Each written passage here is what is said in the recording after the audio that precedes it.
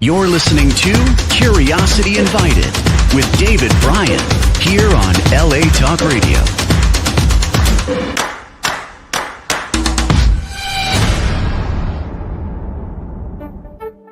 Hello, my name is David Bryan, and this is Curiosity Invited, a podcast inspired by endless curiosity. Tune in for an open-minded conversation about interesting and important things. Hello, and welcome to Curiosity Invited. My name is David Bryan, and today I'll be speaking with Jeff Scoop. Jeff has been on the program 2 times previously, once with a gentleman named Daryl Davis and once by himself. And Jeff has a very interesting story.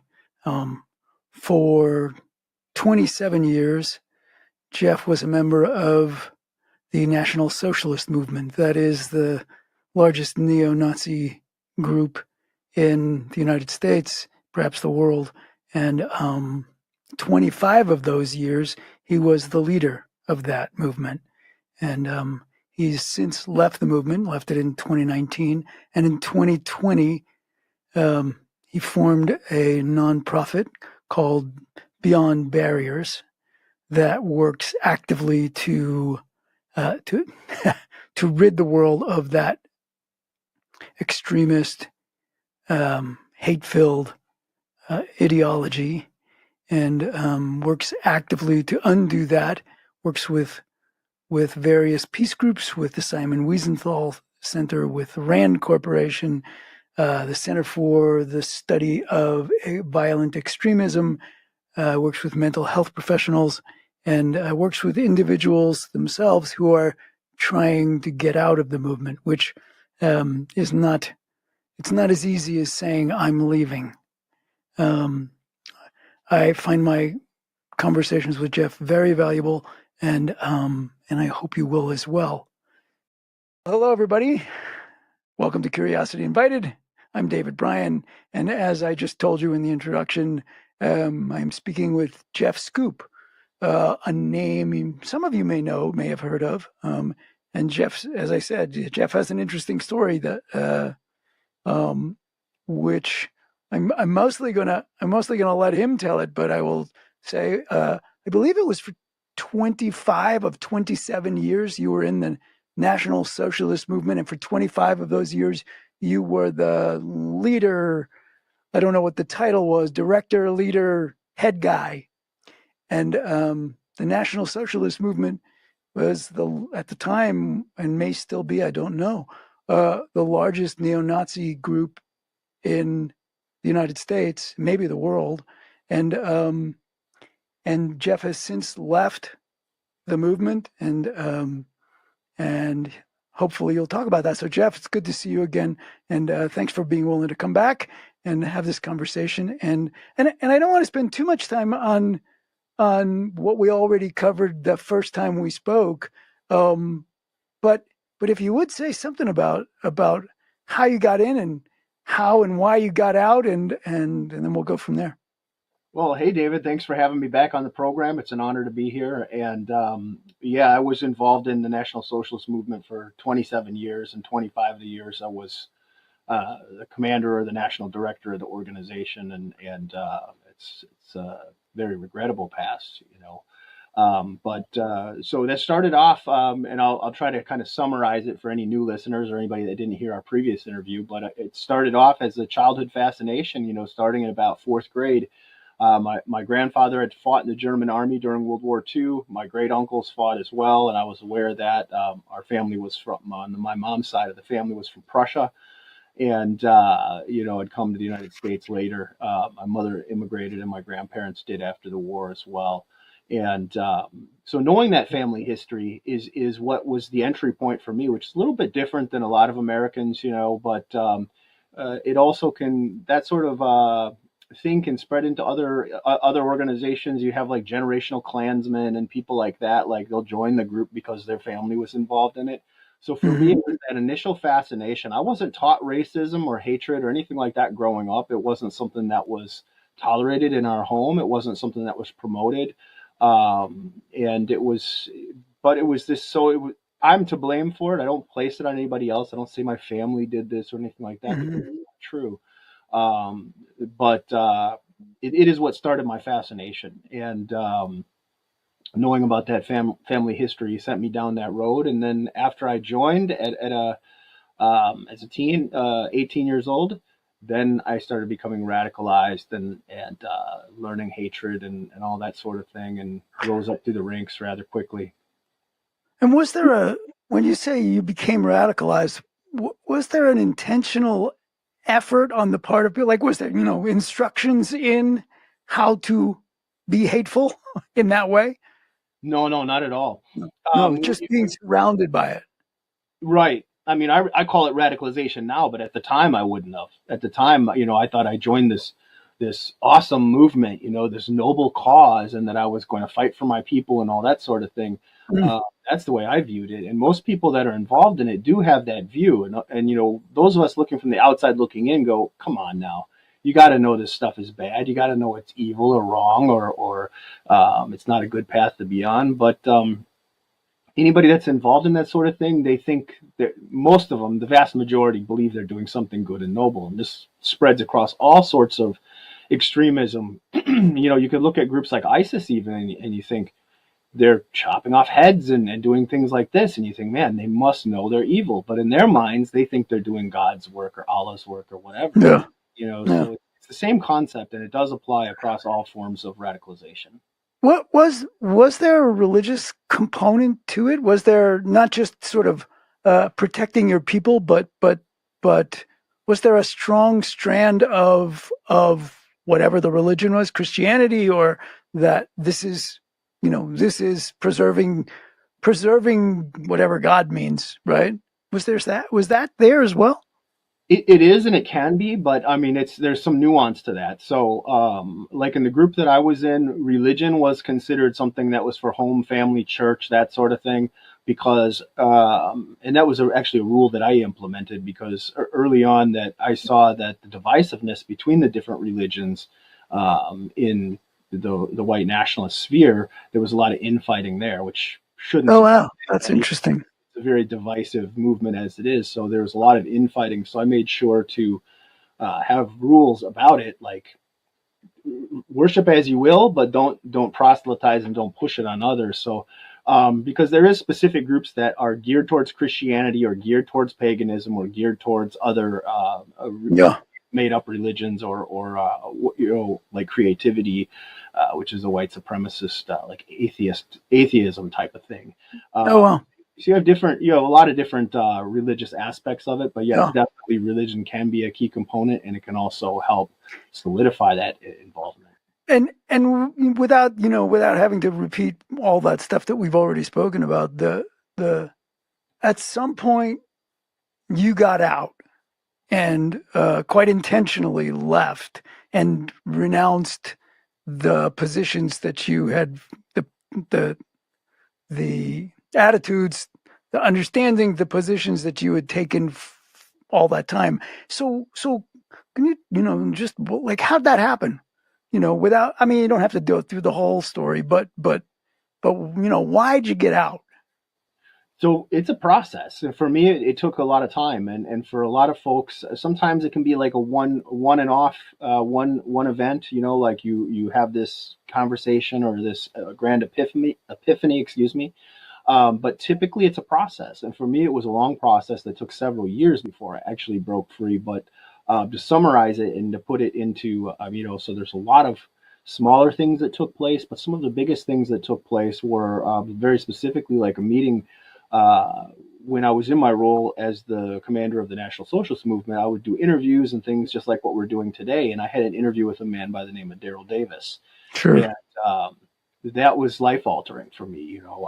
I walked into it. I didn't even know I was meeting Daryl because I just thought I was going for an interview. And I was like, this guy, I recognize that face, the name, and it clicked. And I was like, oh, this is the guy that gets people out of clan groups and things like that. So I just figured it's another day at the office. I'll square off against this guy and no big deal.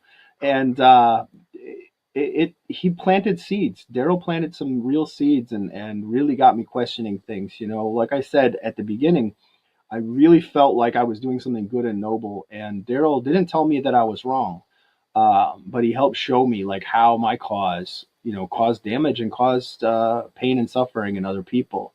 And that's something you don't think about. Most people don't think about, unless you're a sociopath or something like that. You don't think about, how it's hurting others. You're just thinking about, I'm part of this great cause and I'm going to do these great Mhm. things. And I didn't see it. And Daryl helped show he showed me his humanity. And once you start uh, hating other people or embracing racism and things like that, I feel like you lose your humanity in that process. So my humanity was lost for a long time, and he helped reconnect that. Mm, mm. And okay, so um, well, before we jump to what you did and what you're doing today, etc., um, can you give us a little picture of, because I know some of your work is quite specifically about helping others who are in the movement who want to get out, to de-radicalize. So what does that process look like? So yeah, that is some of the work that I do now. We work with de-radicalization, disengagement, getting people out of cults, hate groups, gangs, anything of that nature, and and getting them on the right path. So the main process we use is something that I call relational dialogue, and this is basically having a framework of conversations. It has a lot to do with listening. It has to do with respect. Again, you don't tell people that they're wrong, even if they're just so off base wrong. You don't tell them that. You try to show them how they're wrong and give them examples and listen to them. Because everybody wants to be heard, everybody wants to be loved, everybody wants to be respected, and you have to go into those conversations like that, and you can't be passing judgment. If you go into that and you're angry or you're getting offended or triggered or upset, or they say something mean and it hurts your feelings or something like that, you're not the right person to be doing that kind of work, because you have to have this. First of all, you have to be confident in who you are and what you stand for, and then you have to be able to listen and you have to be able to understand where they're coming from. So a lot of times that's basically how it starts. It starts with that respect, and it starts with for a lot of them that reach out, it's a curiosity as well. Do do most people do people reach out to you, or do you show up and here's this guy who, used to be doing what I'm doing. What the hell is he doing here? Like, how does that work? Typically they'll reach out, and sometimes most of them won't reach out and say, hey, look, I need help. I wouldn't have done that either. I mean, I Right. think as men, I don't want to stereotype, but as a lot of us as men don't like to ask for help. It's just a Sure. reality. It's a truth for a lot of people. So that's We not don't how. even listen. We don't even ask for directions, right? Exactly. That's where I was going with it. Yes. Yeah. Right. So they'll just reach out and they'll ask curious things, like questions, or like why did you change? Or sometimes it'll start with that. Or it'll start a little bit with my story, and then I'll ask, well, what about your story, and what makes you curious about it? Because truth be told, if they're reaching out and they're curious, even if they're a little bit hostile, I mean, if they're completely nasty, there's no sense in really engaging if somebody's just utterly nasty, but or making threats. But if somebody's making some jabs or rude comments, that's okay. But listening and being able to engage in that conversation. So a lot of times it's curiosity, like, well, why did you leave? Or are you a communist now? Or because they think extremists always think in black and white, no pun intended. They think in extremes. So if you're not Hmm. with them, then you must have flipped to the extreme other side. So and at first Hmm. that question was so prevalent, and I was like, man, what am I saying that's making people think I'm a communist? And I had to reel it back and go, Jeff, you thought like that too about people that left. You thought that way about everybody that left too. So don't. It's not anything that I'm saying. It's the mindset. So it's like, well, if Hmm. you're not on this side, now you must be on the opposite. So a lot of times when you help them work through those things and tell them, like, look, you can leave that and still be on the right. You just don't be racist or hating people. And if I'm helping somebody leave far left extremism, it's the same thing. You can still be on the left, just don't be out on those extreme fringes, no matter where you're at. Same with religious extremism. Okay. So, I mean, this is going to sound like a stupid question because it might be, but is it hard work? How long does it take?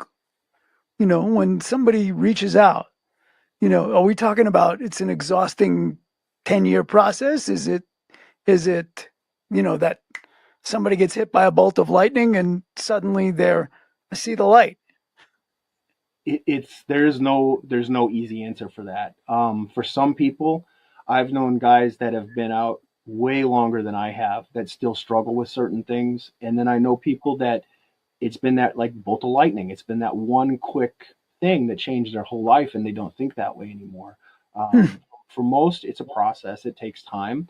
Um, Everybody's different. For some, it can be a lifelong learning experience. For others, it's it can be months. It can be a couple of years. Yeah, There's no way. If somebody says, "Oh, this is how long it takes," they're lying. That's not a lie yeah. because They don't know what they're talking about. yeah. So it's no Um, exact answer for that. is there pushback? Pushback, maybe they're wrong. Like the people who are trying to leave, trying to get out, de-radicalize, whatever you call it. Um, is there pressure, conscious pressure from those who are still steeped in the movement to, to stop those thoughts, et cetera? Is there, and what form does that take? Well, yeah, that's why a lot of times, and why I understand the cult mindset as well, because it's so similar.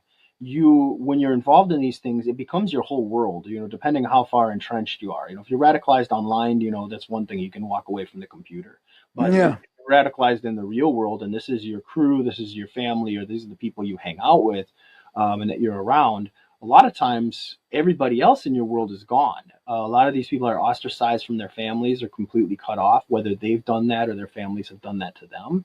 Yeah. Um, so, and they don't have friends that are outside that bubble. So it's very isolating. I can say for even from my own story, um, the first, especially 6 months or so after I left, was probably like the loneliest, most difficult time in my entire life that I ever had. It was so tough.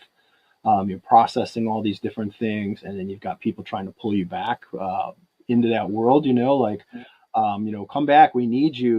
And then it's like that was your sense of being, your sense of purpose, where you were at.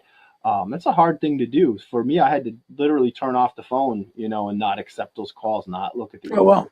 answer the emails. So for everybody, it's different, but that's one of the biggest struggles with getting people back on the right track too. Is to they have to have like a new mission or a new sense of purpose. They don't have to, but it's very, very helpful. And Yeah.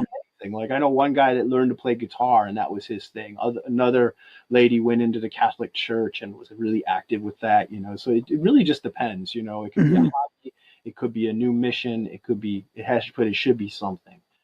Well, Um, it's kind of a perfect segue to what you're doing now. It's just like so.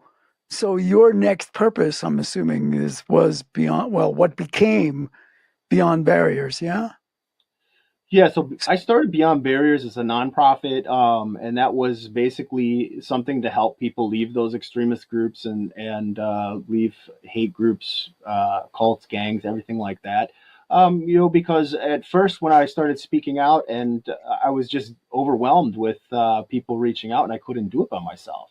And Hmm. I hadn't had any offers from any other existing companies, so I felt like, well, either I got to start turning people away or start something else and bring in friends and good people around me like Daryl Davis, to help with some of that, which is exactly what we did. So there's that. And then I think the most important thing, one of the most important aspects of my work that I really feel passionate about now, besides that, is education. Is educating young people, speaking at schools, doing things of that nature, so they don't ever get involved in groups like this in the first place. We're always going to have those kind of groups out there, and there's always going to be some people that just stay entrenched, and we can't stop all of it. But if we can educate people and show them that we've got a lot more in common than we do differences, despite superficial things like skin color or religion or different cultures and customs, that we have more in common and bring people together, I think then that will save. We don't even know, thousands, millions of people maybe from not going into that lifestyle like I did. And what form does the educate, like, how does that work? Do you get calls from schools, school districts, or is it through some other venue? How does that work? Sometimes schools will reach out on their own, but I'm a speaker with Conscious Campus, and they do a lot of school talks. Primarily, a lot of the majority of the school talks that I'm doing are with the Simon Wiesenthal Center, which I'm a consultant, educator, public speaker with them, and they're an internationally known human rights organization, Jewish human rights organization, and they tackle all Which forms of. is really, I gotta say, it's really that's so telling. I mean, you can go online and find all sorts of people who think you're full of shit. Right? I mean, they're out there, right? Like, Sure. oh, he's just doing this to get out from, liability from a lawsuit. He's like, this is all bullshit. And, but it's, you're at least the way you told the story and where I bump into it and what I read is, you know, you were never, known for being a racist. Much more so, you were anti-Jew, anti-Semitic. And Yeah. so that Simon Wiesenthal Center is, the fact that they are reaching out to you, employing you, giving you gigs is really kind of remarkable and telling. Very obviously, I mean, you're not into wearing badges, but that's a badge you should wear. So It is. It's been such an honor, David. I mean, and the irony there, the irony of working with Wiesenthal is incredible, and there's a great story that goes behind it too. When they first reached out to me, um, the moment, literally within days of my website going up, I had gotten a contact from Rick Eaton. Excuse me, Rick Eaton is their director of research and somebody that had followed my career, I guess you could say, in the movement for like 30 years, or he's been there 30 years. We followed mine for as long as I was involved. yeah, And he reached out and said, would you like to meet? And I'm looking at the email and I'm thinking, Simon Wiesenthal Center, those are the guys that went after Nazi war criminals and things like that. That's what they're known for, in the past, especially. And now they're involved in a lot more educational initiatives and things like yeah, that as well. But that was yeah. kind of scary. It's a little scary for me, So I remember thinking, like, wow, this is really interesting. I had no idea they had anything to do with educational things. I said, I'll go meet with them. Um, and I remember telling my girl, and this was like latent paranoia from the movement, but I remember saying, if I don't come home, it means I'm on a forced extradition to Israel to stand trial. I laugh about it now, and it's like I knew it wasn't, that wasn't the case because I hadn't done anything illegal or anything like that. But it was a little nerve wracking, and you're right. It's like when I was in the movement, I was known for like spewing, like being a virulent anti-Semite.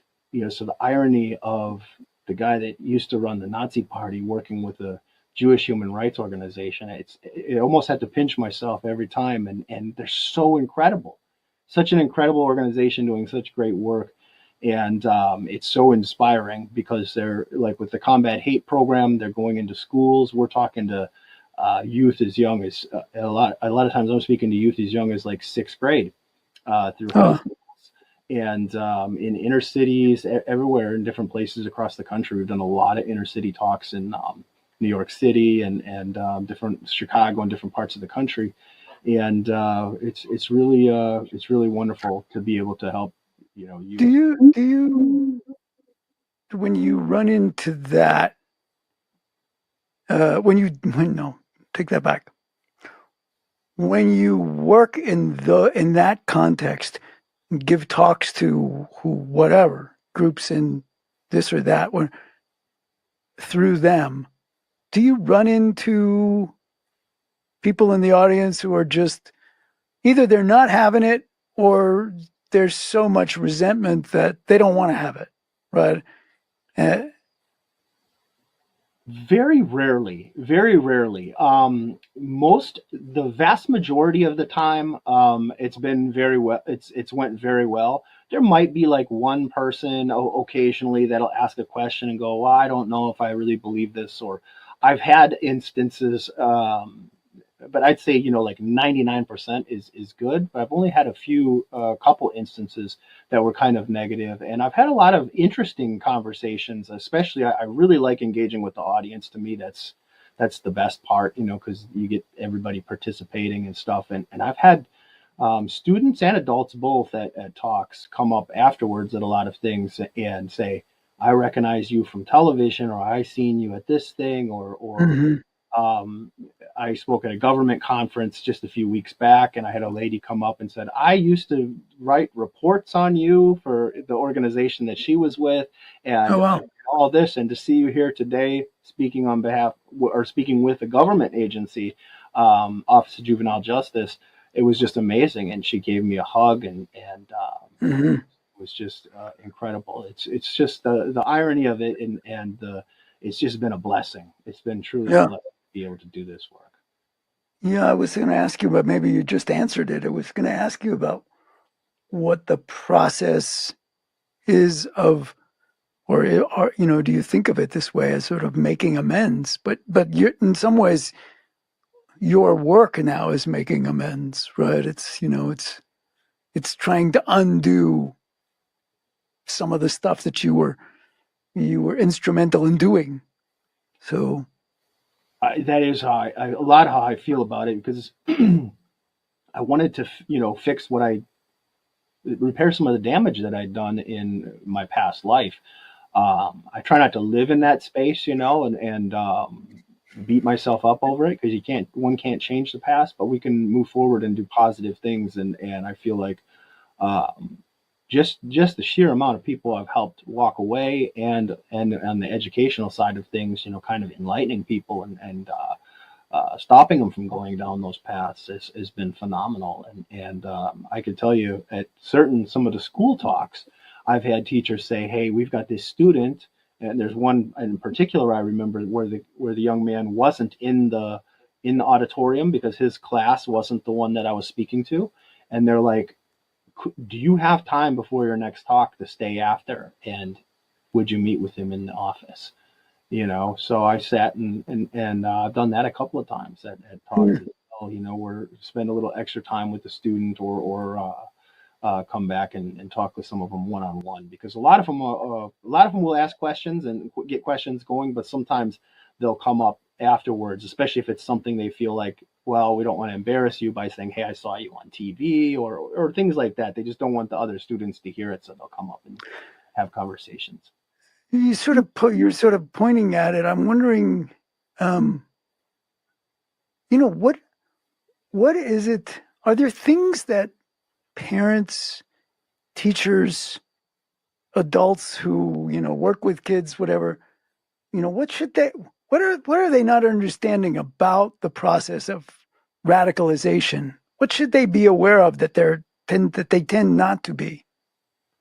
Well, there's so much, especially young people nowadays, they're being bombarded with so much stuff, information from everywhere, whether it's TikTok, Instagram, whatever, your social media stuff. It's just so quick and it's so Yeah, fast, and the yeah. algorithms and all that. So, like, one of the thing with the Justice Department and the OJJDP that we've done with this curriculum, which is one of the things that I was demonstrating. I was one of, I think it was 11 educators from around the country that was selected to be trained in DC for this program, for this curriculum, and then we delivered it at schools. I delivered my portion here in Detroit, and then showcased it in Birmingham, Alabama, a few weeks ago with the Justice Department there. One of the specific things that program works on is teaching kids the difference between disinformation, misinformation, and malinformation, and how to engage online and how to discern these different things and use those critical thinking skills, so you don't just automatically say, "Well, this influencer or whatever is great, and I believe everything they say." helps the students like fact check these things and look into them and use that sort of thinking, and then find the differences between that. So it's been very positive program. Yeah. Yeah. It is. It does seem like it's overwhelming, and I think a lot of times parents don't. It's not their world, and I don't mean the world of extremism and hate. I mean the world of social media. It's the kids' world. It's not. It's not our. We get to visit now and then, but they are residents. We are aliens who visit, and and I don't think a lot of adults understand the intensity with which that is their social, right? That it's their online world. That online world is not an online world. It's their world. It's incorporated into their, and the speed and the skewed attention that comes out of that because of what you just said. The algorithms are, oh, you like this? Oh, you like this? There's more of that. Oh, there's more of that. Or there's more. And pretty soon it's like, that's your feed. Yep. And here it is. This is your social world. And I don't know if parents understand that. And kids are vulnerable. They are. They're not fully formed yet. So it's really important that you're doing what you're doing. So I'm glad, and I'm glad I hope this curriculum becomes, if it's where it's effective, I hope it becomes something that is offered more, because because we're living in this climate, which I would be remiss if I didn't invite you to have a conversation about we spoke about this when maybe it was almost a year ago, right? I mean, we live in a polarized world. And now, as the elections, oh please God, let it be over. But as the elections are coming hot and heavy, and it's so close and all that, I'm wondering if you're disturbed by the rhetoric that, look, there's rhetoric on both sides, and both sides say things that are just not realistic. But there's one side that is, and I don't need to mention Trump, but everybody knows that it's, so much of what comes out of that campaign is so reminiscent of language that one can, look back at the rise of the Nazi Party in Germany, and the calling names, and the vermin, and these people are vermin, and these people are poisoning our bloodline. And I'm wondering if you feel like that is affecting. Well, is it doing anything to fan the flames of extremism? Does that concern you, and does that worry you? Yeah. Now, to answer your question on the political polarization in the country, it's gotten to the point, I think, now where I see it coming from both sides. I don't like to point fingers and say it's one side is worse than the other. Even if one side is worse than the other, I don't like to play that game, just because it's the way I approach things, and I try to be as moderate as possible. But I understand that. But what we're seeing in this country, what it's done, has split up families, has split up people that, and we're not even talking about extremism. We're talking about like mainstream political parties here, where someone goes, right, well, if you voted for this guy or this person, I'm not talking to you. You're not my friend anymore, or I'll unfriend you on social media and in real life, And this is something that we're seeing a lot more of, I think, in more recent years, and it's deeply troubling. So the same concepts that we talked about, briefly about like relational dialogue and how to have conversations with people can be applied in these situations. They can and should be applied in these situations. So if you have a neighbor that's voting for somebody you don't like, or a family member that you don't like, and all of a sudden they're not welcome at Christmas or Thanksgiving or things like that, it's like, ooh, that's a problem, Why does it have to be like that, And let's foster these conversations and understanding. And even if we don't agree on everything, I mean, that's one thing that's great about being an American is you don't have to agree on everything. We had this, wonderful thing called democracy, and Well, I think, I mean, I don't disagree. I really don't disagree with that at all. I think it feels important to me to to point out the parallels, right? I mean, it's the specific rhetoric. Yeah, I mean, both sides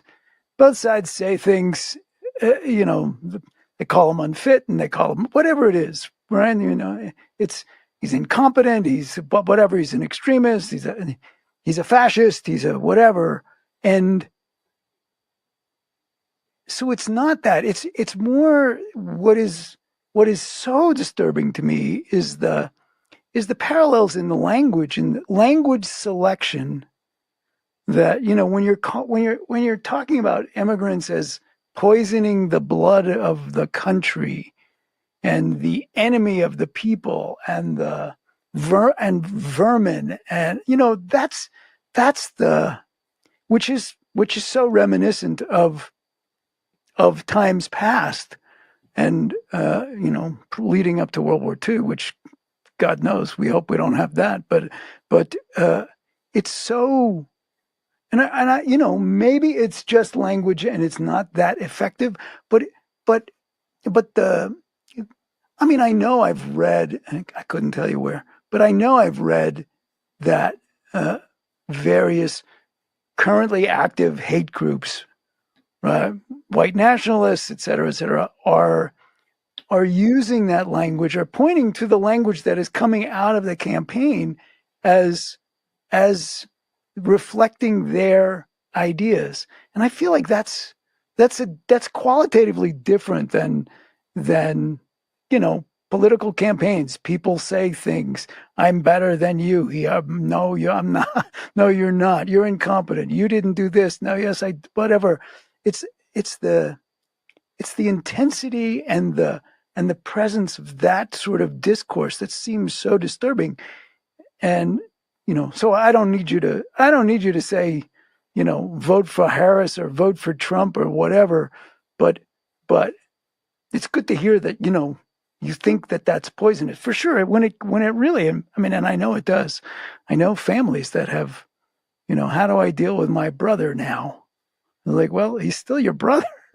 Right. Or my neighbor, he's still my neighbor, and we help each other out. And well, and like you mentioned too, like some of that really hard rhetoric, like vermin, and it's dehumanizing. That's dehumanizing rhetoric. And when you do that to somebody, it's dangerous. I feel like that kind of rhetoric specifically is dangerous. You can say somebody's incompetent, and that's fine, I think. But when you start saying, like these people are vermin, using that kind of language, that kind of borders along, or I don't even know borders. It is dehumanizing language. It is. That can lead to things because in an extremist environment, when you dehumanize somebody, then now they're not human. They're less than. And this goes back to what I said, like about ISIS chopping off heads. How does what might have seemed like a normal person go from having a family and being an everyday normal person to chopping off someone's head? It's because they're radicalized and because they see that person as an infidel or somebody that's less than human. That's the only way you can do it, unless you're a psychopath or a sociopath. That's the only way your mind can convince yourself that it's okay to do something like that. So that kind of rhetoric is dangerous, and I do agree with you on that. We have to be careful about. It's one thing to criticize somebody, but I think there's certain language that can lead to that dehumanizing is really bad. Yeah, and I just to be clear, I live in a state that is very red, right? I mean, they vote politically very red, and they don't like Joe Biden and they don't like Kamala Harris and whatever, and I've not heard any of them use that sort of language, right? But I mean, who knows? Maybe they do it privately, but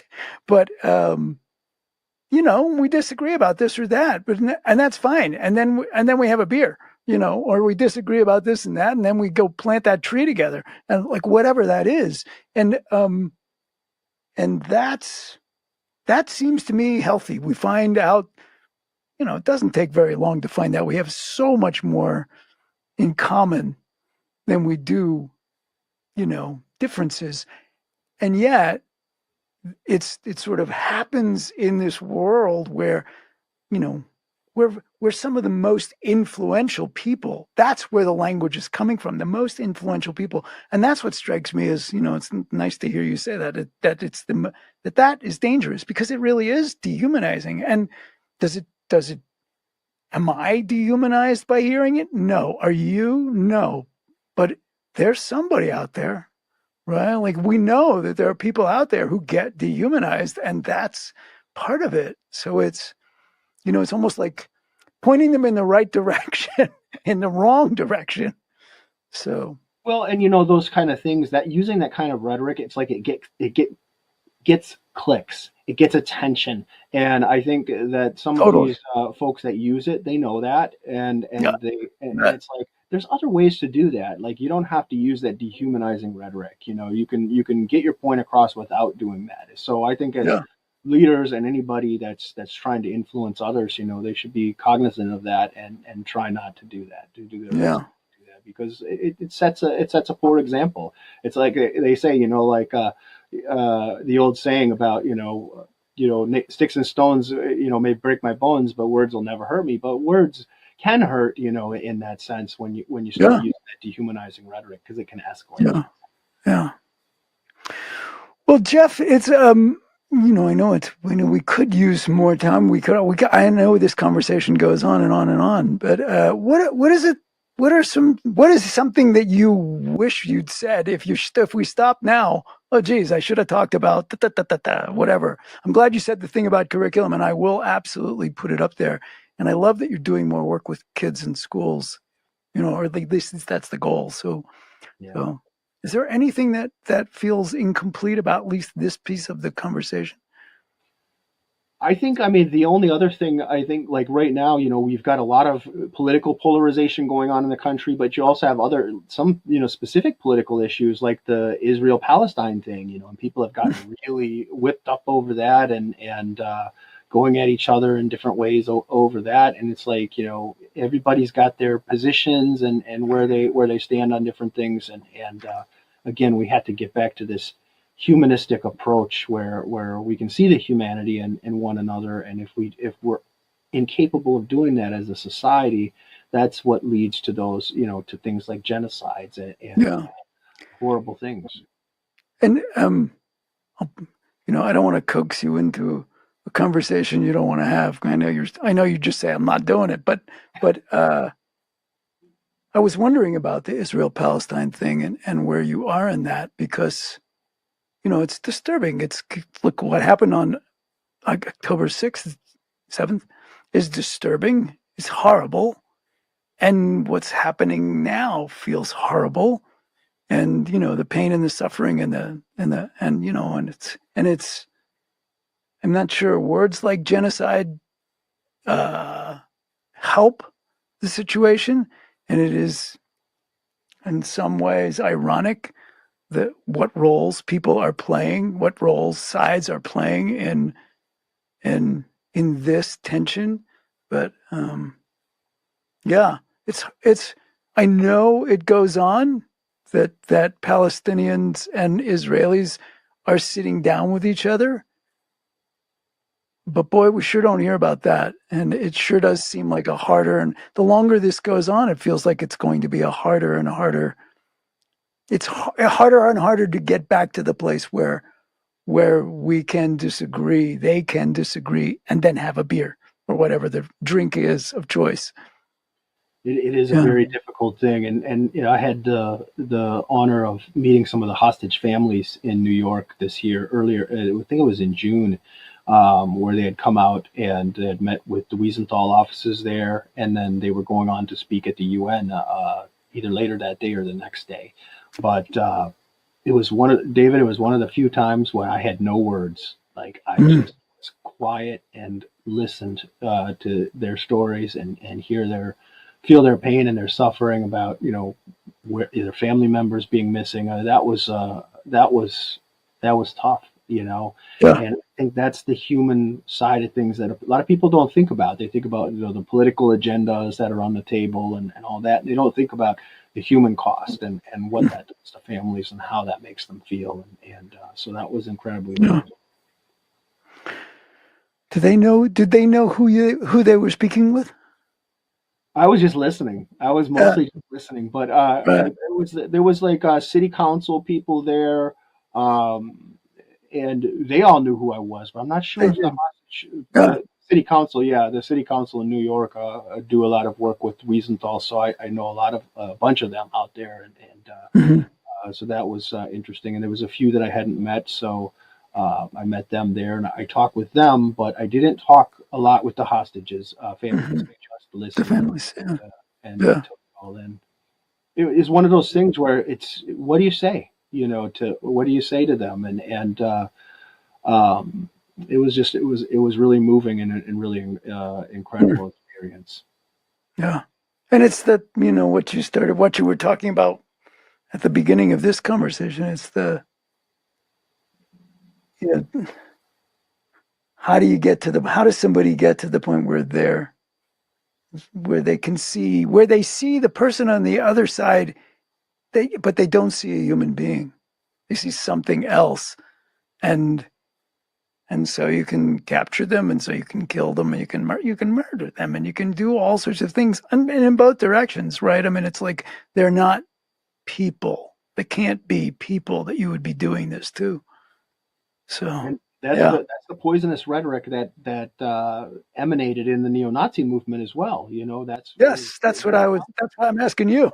Well, I was going to say, yeah, I know all about this because Yeah, I lived in that world and I understand it, and that's what we're sitting down with Daryl Davis and being able to see his humanity and him sharing how racism and hate affected him as a child, and same thing with when I had met Dia Khan, the Muslim filmmaker, soon after yes, that. It was the same concept, and being able to see that now all of a sudden you've got this cognitive cognitive dissonance where you're like, oh, my beliefs aren't aligning with this because you had to separate yourself from that. Like whenever there was a mass shooting or a bombing or something like that, the first thing I did as the leader in the movement was I'm looking through the membership rolls, going, oh my god, I hope this guy or this person isn't a member. And checking through the lists. That's not normal, but that's the kind of stuff that was going through my head at the time. And then it was always like, to mentally cope with it or process that. And there's a lot of psychological things going on for folks that are wrapped up in this stuff. So a coping mechanism for a lot of us, because you would have some people like when those kind of things would happen, they would be like, good, I'm glad it happened. And then the other half of the people would be like, no, it's not good. That's wrong. They were innocent. It wasn't like mhm, we're going off and fighting this war. These are just like innocent people that got cut down in this attack. That's not right. And I was always in that camp where I didn't feel like it was right, but I disconnected from it. Where I would say mhm, like, oh, the guy must have been crazy.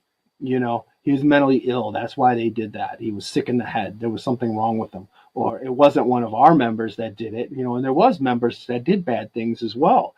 So that kind of kicked that wall down.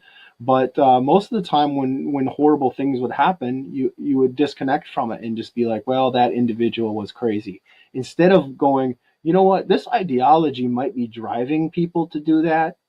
That was a hard one for me to swallow. And when I mhm, did, that's when I started saying, I got to get away from this. This is not me. This is not the kind of person I am. This is not what I believe in. It's not good. It's not healthy. And then to convince others of that as well. And back to your question earlier, it's like I don't typically won't go and seek out these people. Like you don't go to a rally or something and show up and try to convert and them. trying to convert people. Yeah, right. It's not going to work. But if you have the chance to engage with them in other capacities where it's not a volatile environment like that, a lot of times you can get through, Mm. it can be life altering. And you can't worry too much about like you mentioned, there's people that have doubts and things like that. I used to really let that bother me really bad, especially at first. I'm thinking, man, gave up everything I was doing, my business, everything I built my life around, everybody I knew, and to try to make things right and set things right. And there's still people that doubt me. Oh, it made me so mad, and I would get so upset and feel, just completely mad and sad and hurt and just like, well, what can I do? What else could I do?